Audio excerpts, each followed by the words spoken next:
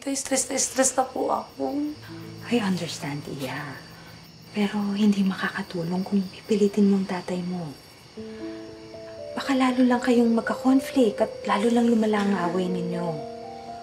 Alam mo, if I were you, palamigin mo muna ang galit ng tatay mo. Saka mo na siya kausapin para ready na siya. Ha? Sige na. Pahinga ka na.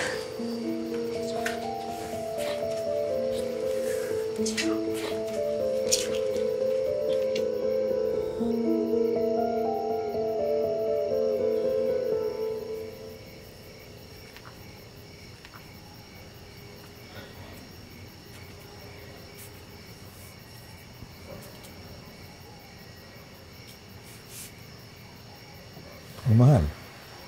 Bakit? Ano nangyari? Dumating na kasi si Ikit. Nag-request ako sa kanya na kausapin ka para magkaayos na kayo.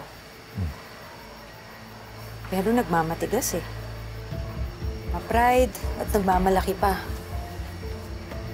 Gusto niya yata ikaw pa yung mag-sorry.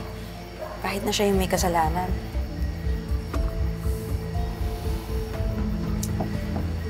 Hindi ko na alam kung anong nangyayari dyan kay Ikit.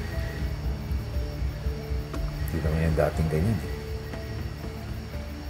Dati nga, pagka nagkaroon kami ng problema niyan eh, nag-uusapan namin kaagad para ma-resolve. Bakit kaya parang ngayon eh? Parang ayaw akong kausapin. Di ba paano namin ma-resolve ang problema kung iniiwasan niya ako? Mahal, malaki na siya. Dapat maging mature na siya na i-accept kapag may mga mali siyang nagawa. So, pabayaan mo na lang muna siya. Kapag nagkaroon na siya ng courage na lapitan ka at i-admit ang mga mistakes niya, then, kausapin mo na siya.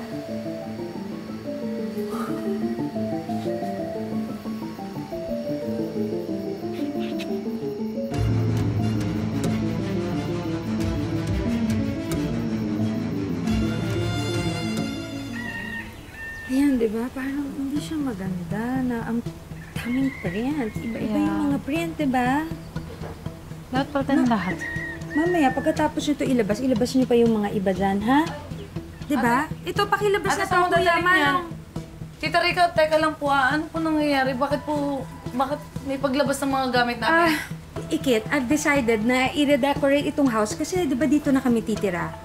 Pina-dispose ko na yung mga lumang gamit para may space sa mga gamit namin. Ay, teka lang po hindi naman po ako papayag doon kasi proudly made po ng mga dumagat yan eh. What do you want, Ikit? Na magmukhang antique house tong bahay or museum dahil dyan sa mga old stuff na yan?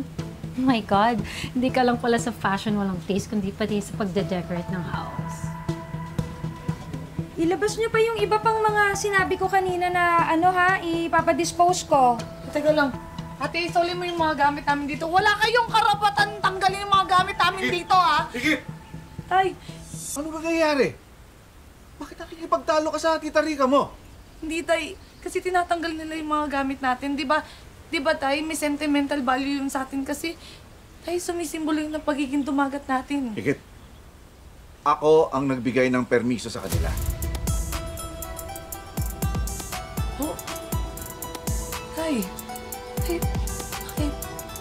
Dahil bahay na rin nila ito. Titira na tayo sa bubong bilang isang pamilya. Kaya, ibibigay natin sa kanila kung ano ang komportable sa kanila. Hindi lang kung anong gusto natin.